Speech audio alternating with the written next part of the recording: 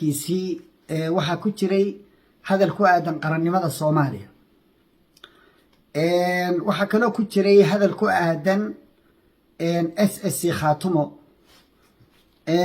kan qarannimada Soomaaliya ku aadan hadal ummadda Soomaaliyeed qabta ma ahayn haddaanu nahay reer Puntlandna naguma matalo mana qabno waxyaabaha waayadan damba la buufinayna ka mid tahay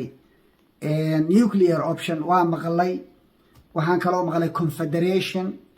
waxaan maqlay Puntland first waxaasoo dhan waxa ay gobol dhig u yihiin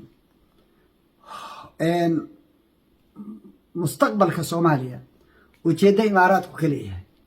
oo ay dalka la burburiyo oo la googooyo dhaqdhaqaaqa tirada badan ee imaaraadku uu ku leeyahay boosaaso iyo agagaarkeedana wuxuu hordhac u yahay musiibo qaran oo haddii aan haddeer laga hortagin marar badanna aan ka hadlay bayska qaw ku yaalla iyo raadaarada hadda la soo dhigay iyo keeni kartaba Soomaaliya inay noqoto malcab iyo meel dagaal oo kala reeb ah oo caalamku ku diro Israa'iil iyo xuutiyiinta dagaalka ka dhaxeeya inuu hormuud u noqdo qarannimada Soomaaliya ma aha shay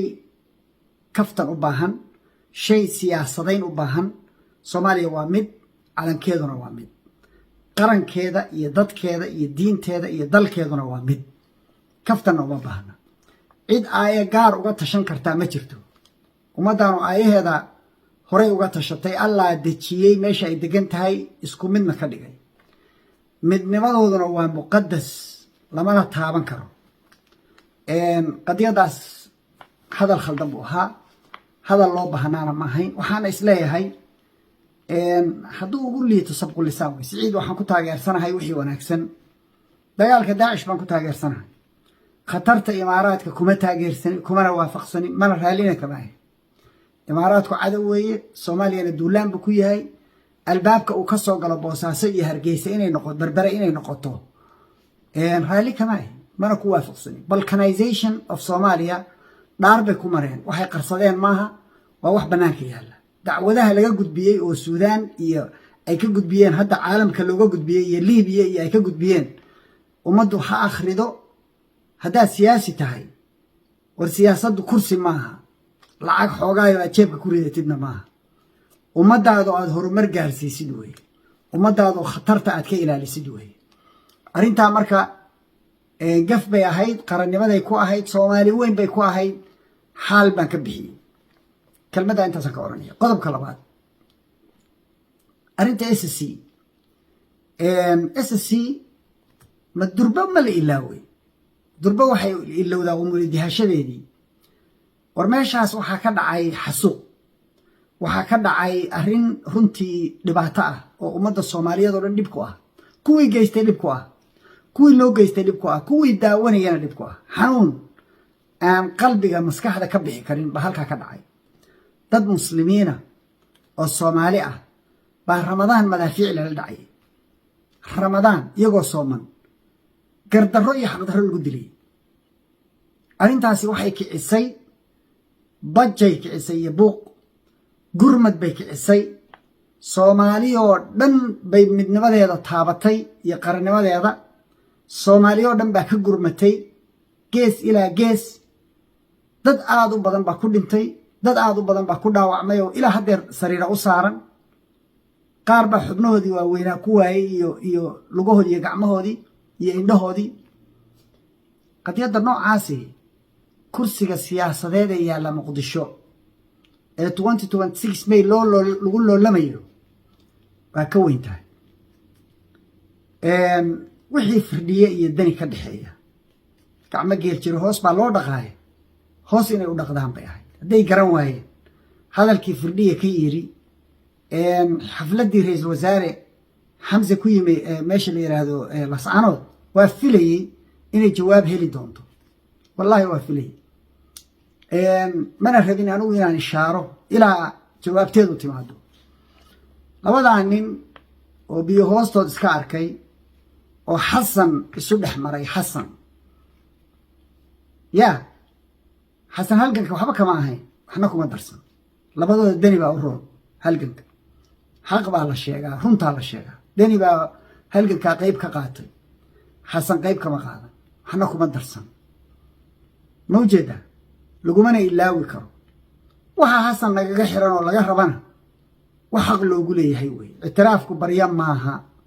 hadduu isagu ictiraafi waayana ka ku xigaa ictiraafaya laakiin inay gurguurato oo rafato oo meel kasta u marto albaab kasta u garaacdo reer khaatumo ay u garaacdo inay maamul madax bannaan noqoto xaq bay u leedahay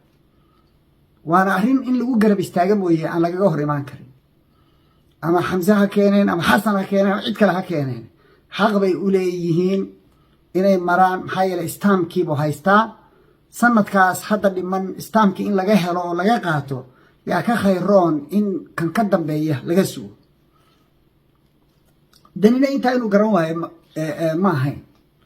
firdhiyana inuu garan waayo war deni iyo xasan ways hayaan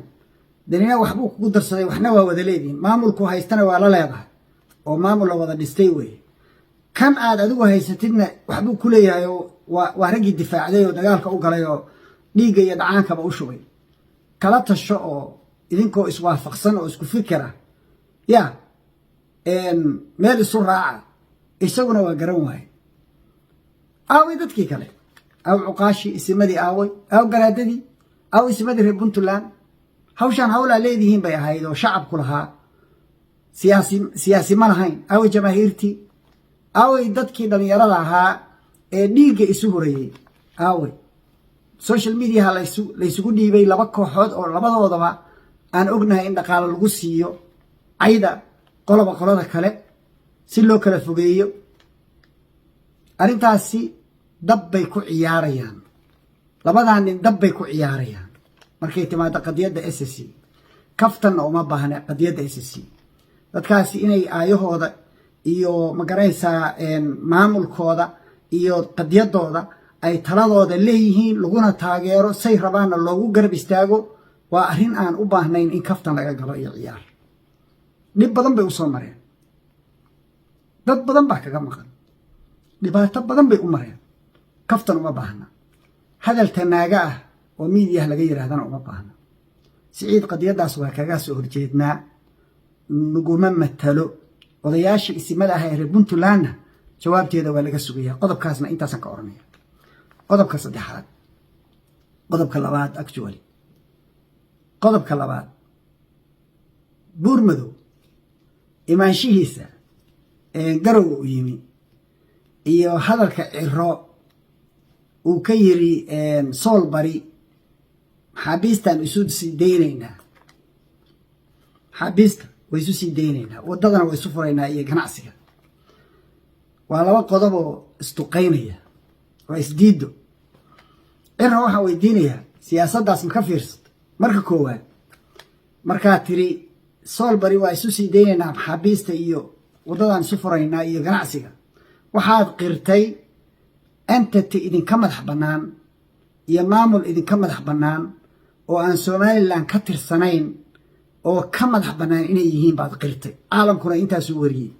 meel walbana intaasaa lagu qoray waad ictiraaftay waa qodob dhanka kale maxaabiistaadii oo dhan waxay ku xiran tahay laascaanood